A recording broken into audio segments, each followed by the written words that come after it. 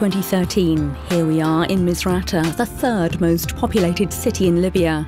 2 years after the fall of the Gaddafi regime following months of fighting which left a large number of weapons and explosive remnants of war spread throughout the country, Handicap International's teams are patrolling the city. Their objective? To find and destroy these explosive remnants of war. Yesterday night, we received a phone call on some guy. He said there is a strange item in the farm. Now we need to check what kind of a strange item. Is it danger or not? Unexploded shells, rockets and mortars, the organisation neutralises around 2,000 devices a month in Libya. In Misrata, it's also set up an emergency hotline. Libyans can use it to contact the deminers 24/7. This morning, a grenade was detected and reported in a field just outside the town. Yeah, I think it's a hand grenade, but I think it's without the pin. So I think it's very dangerous. So I need to talk with the EUD team to make a decision about this item. It's absolutely vital that Handicap International provides a rapid response in these situations. Since arriving in Libya, the organisation has cleared weapons from around 30 square kilometres of land around the cities of Tripoli, Sirte and Misrata. Yeah, this one. Yeah, yes. No, one of these. Yeah, RGGO 78. Okay. We'll have to do some works around it to protect. Okay, so you think the pin's gone? Yeah. Right, okay. Right then, you good to go? Yeah. Somebody could pick this up just by moving it a small part. It could inadvertently. So we always deem this as one of our more dangerous munitions that we need to deal with right away. Medic.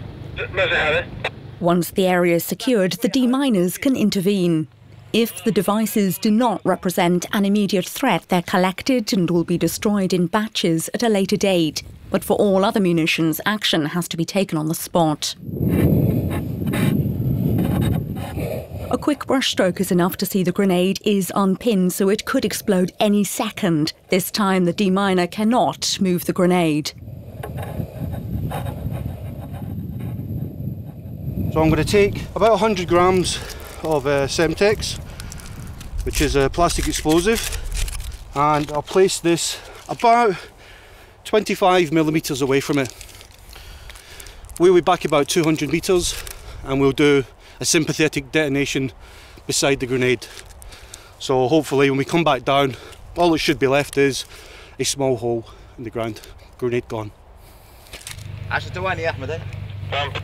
Okay, ready guys? Yeah, ready, جميع جاهزين. Okay, stand by, firing now!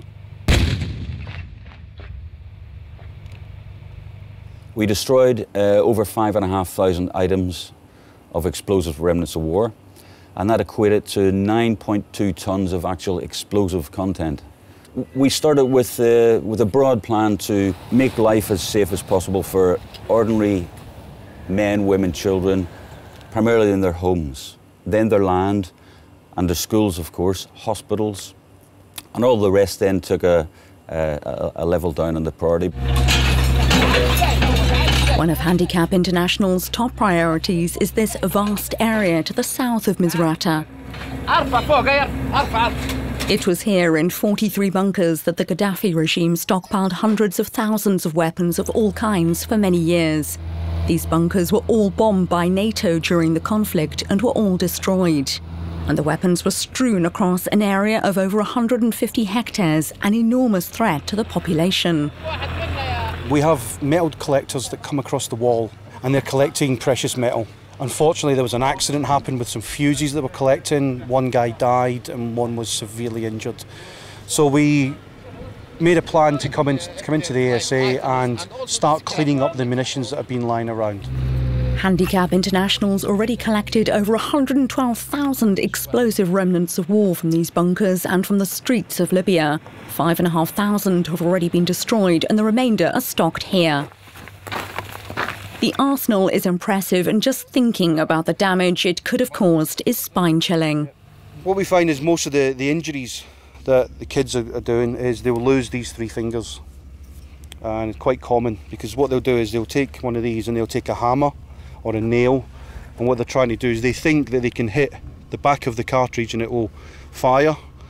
It doesn't work that way. So the kids normally hold them with those 3 fingers, and then you hit, bang, you get an explosion. If these types of accident are to be avoided, this kind of ammunition must be destroyed, and Libyans must be made aware of the danger it represents.